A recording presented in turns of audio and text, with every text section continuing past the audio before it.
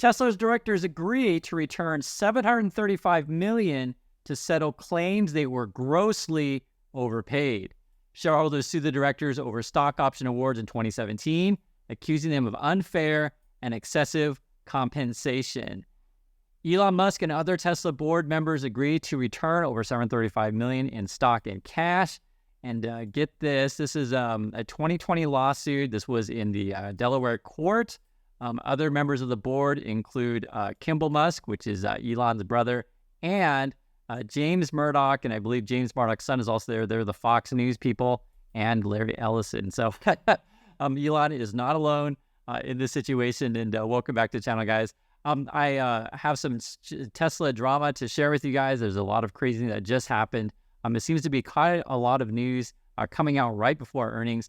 Also, I want to go over how Tesla pumpers pump the stock and really make sure you understand when something's being pumped. Moreover, I got some news from Cathie Wood. They're talking about Twitter here. You can read the headlines. Cathie Wood, ARK, writes down Twitter stake by 47%. Essentially, they were kind of forced to. The general gist of it is Elon Musk came out publicly and basically saying, hey, we're not making any money. In fact, we're losing money. And so now these people are like basically have to admit it.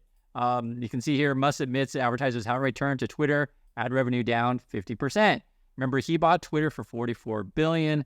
And the recent valuation was saying it was more like $20 billion, meaning that you well overpaid, or you paid $24 billion over what it's worth, and now you're losing money on this thing. Moreover, it came out recently that I guess Twitter are paying their stars to try to stay on there. One of them being Andrew Tate, so I guess they're going to pay him like 20 grand a month, something of that nature. And there you're going to see some really interesting news where the Tesla and Twitter stuff is getting mixed. I'll have to show it to you here. So Senator Warren is actually saying, hey, SEC, take a look at what happened with the Tesla and Twitter deal. You can see this. Elizabeth Warren urged SEC to investigate Tesla over Twitter ties, corporate governance. She wrote a letter to Gary Gensler. This is actually really an interesting one because looking out for Tesla investors, and I just want to ask you guys an honest question. Remember when he was looking to buy Twitter, the pumpers were saying, hey, it's going to be awesome, and Elon is going to be able to use, Tesla resources to save Twitter and use Tesla employees to save Twitter and stuff like that. But as a publicly traded company and as a Tesla investor, do you want your money from Tesla? Do you want your resources from Tesla to be diverted over to Twitter? Is that something you want? And this is essentially what the Elizabeth Warren wants to be investigated. Is there any foul play going on? Or are there any SEC violations, this kind of stuff? So the quote here is, you can see conflicts of interest, misappropriation of corporate assets, and other negative impacts to Tesla shareholders related to CEO Elon Musk's Twitter takeover. So we'll take a look at that. Also, too, I want you guys to look at this for yourself. Please do. This is over on Google. It's easy to find. All you do is you Google Tesla earnings and just look at numbers. That's all it is numbers. So from the last earnings report in March 2023, I can see this revenue was up 24%. I can totally see that. However, net income was down 24%. Diluted earnings per share down 23%. Net profit margin down 39%. Operating income down 26%. Net change in cash down 48%.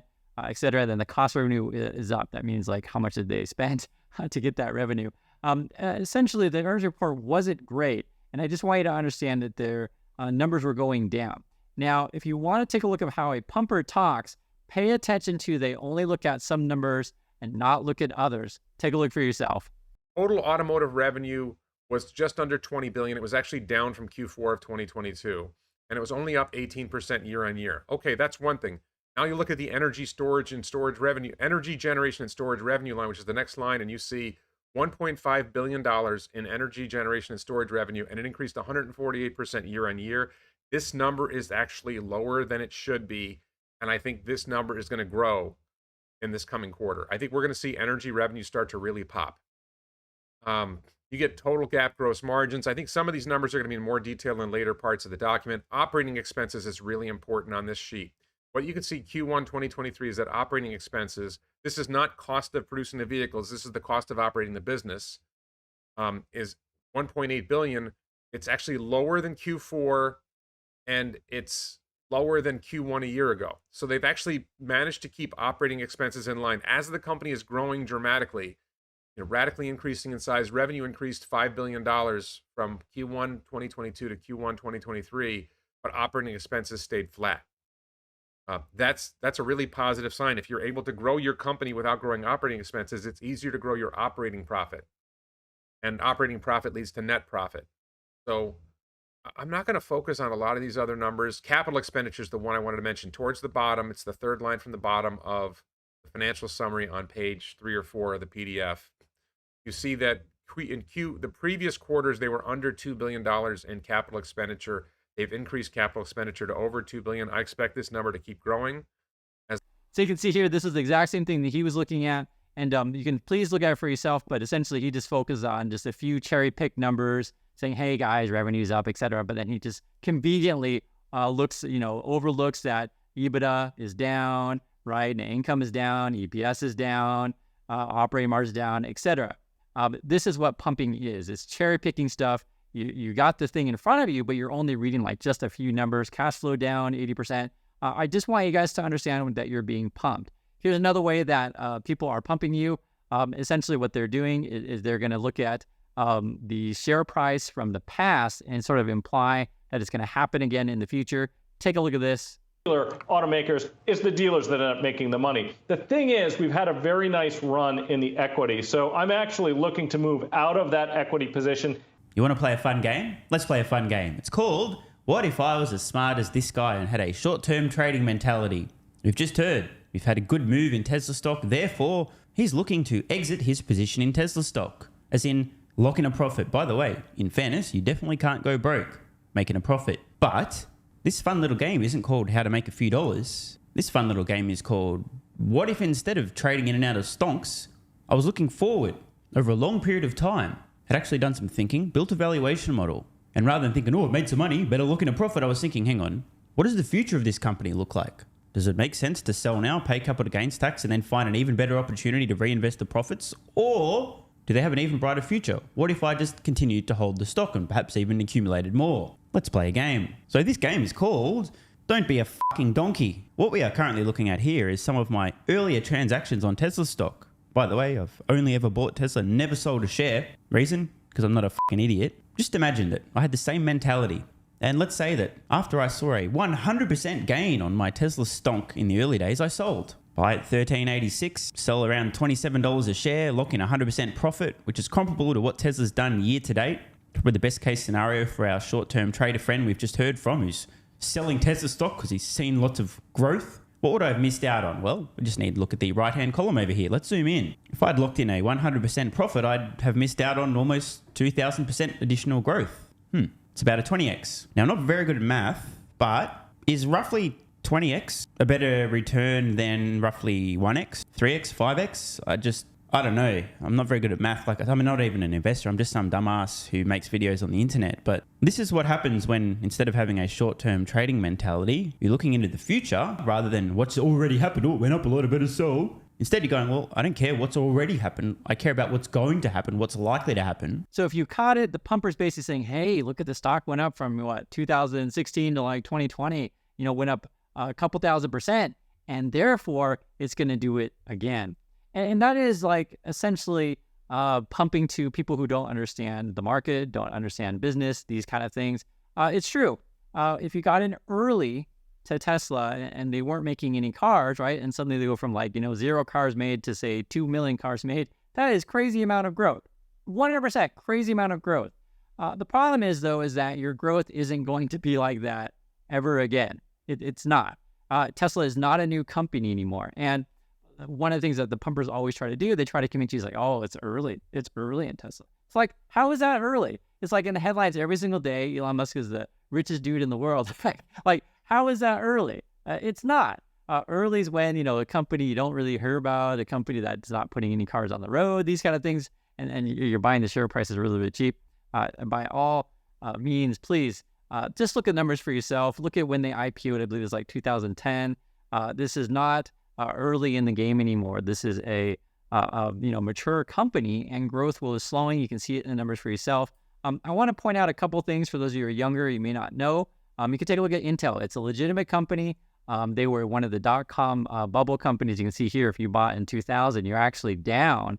That was what, 23 years ago. Cisco is another one of those dot-com bubble companies. Again, if you bought it in the year 2000, you're actually still down if you bought at the top. So this is something that can happen. Sometimes it's a real thing. You got bubbles, right? They go up this way, they come back down. And it doesn't mean the company goes out of business. It's just that you were in a bubble. And Tesla seems to appear to be that way. And I get it. If you're young and, maybe the last 5 years, maybe that's a quarter of your life. It seems like a really long time. But the reality is that, Tesla was a new company, but it's not anymore. And that's essentially what the pumpers try to do, to try to say, hey, past performance is going to be the exact same as future performance. But I question that. And I want you guys to use a critical eye. This is certainly the, Tesla historical chart. I can see it for myself in the same way that you guys can. And the question is going to be, okay, I get it, right? It went down, it's going back up. And is it going to continue that same trend? Or is this a line that we've seen, right? 3 times, 1, 2, and maybe 3 times that I'll have a tough time getting over. We'll see. I just want you guys to be aware that just because something went up 2,000% in the past doesn't mean it's going to go up 2,000% again in the future. And there's another statistic that I want you to understand and make it very, very clear. Elon Musk is 52 years old, okay? How much longer do you think he's going to do this? It's a legitimate question. How much longer do you think he's going to do this? Because people don't work forever. And I understand if you're young, you think, oh, no, he's going to work forever and he's going to be there until like he's 100 years old. I would venture to say probably not. And, I don't know when he's going to retire, but he's not necessarily going to be there forever. And this is something that I think is a really, really important, is that this whole Twitter thing has really exposed him as being a little bit crazy, or a lot crazy, however you want to say it, and maybe not such a genius as you think he is, because essentially he's losing a heck of a lot of money over there on that. My personal opinion is that I think it would have been fantastic if Elon Musk had said, hey, you know what? I'm going to focus on, building spaceships, and I'm going to go to Mars, and we're going to do cool crap like that. I think that would have been absolutely fantastic. And it's a real shame that they had to dump a bunch of money on Twitter. And now you got, possible investigation on, is there some, foul play or SEC violations and the acquisition and the buying of Twitter and misallocations of Tesla funds. We're going to find out on that. If you want to take a look at what the robots say, what Tesla stock is worth, you can see it right here for yourself. So this would suggest an 84% overvalue with a fair PE of 32.